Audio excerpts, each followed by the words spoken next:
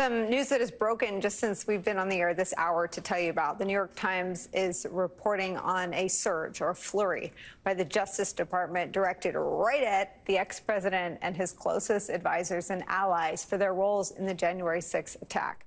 The Justice Department does not sleep. Over the past week, DOJ not only expanded the January 6th investigation into Donald Trump's fundraising, but also issued a host of subpoenas and executed several search warrants. Welcome into TYT's Overruled. I'm your legal analyst, Adrienne Lawrence. The Department of Justice went full throttle last week, expanding the scope of its investigation into the January 6th insurrection and beyond. Per breaking news from the New York Times, DOJ is now also interested in Donald Trump's fundraising to fight the purported election fraud. In this new terrain, DOJ issued some 40 subpoenas, targeting a range of people with ties to the former president, from low-level aides to Trump's most senior advisors.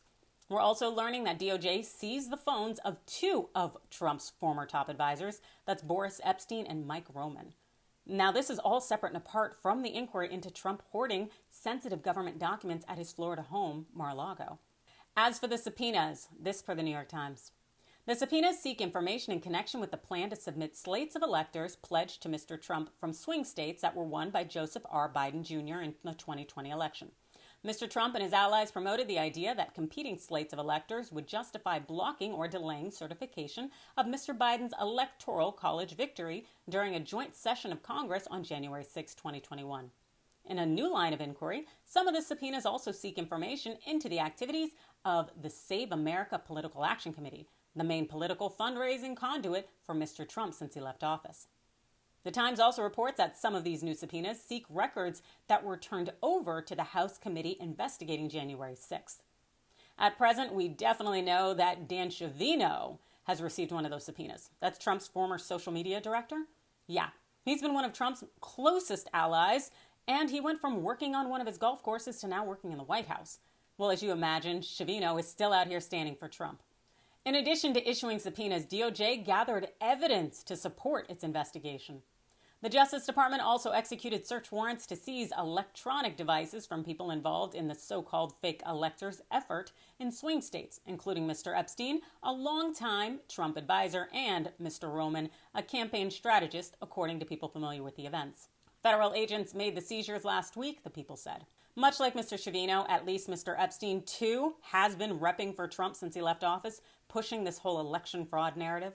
Evidence of the overwhelming fraud that happened in the 2020 election to you, to the committee, to Democrats, to rhinos, to anybody out there.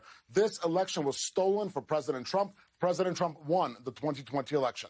This is especially noteworthy because DOJ expanding the scope of its investigation into Trump's fundraising, that really tells us that there could possibly be charges on the table for Trump. This purported drive to fight election fraud that doesn't exist tells us that Trump was likely raising funds and using them for means that are not necessarily fighting any election fraud, particularly because there was no fraud. We just saw last week where one of Trump's closest advisors, Steve Bannon, was perp walked and faced charges in New York for his Build the Wall scheme. Also, a claimed effort to gather money to build a wall that never happened.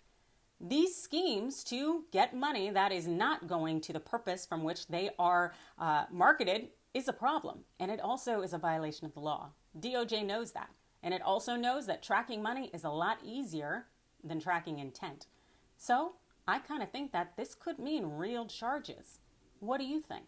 Do you think that Donald Trump and co. may actually face some kind of accountability now that DOJ is following the money? You let me know in the comments below. Hit that like and follow button, and thanks for watching.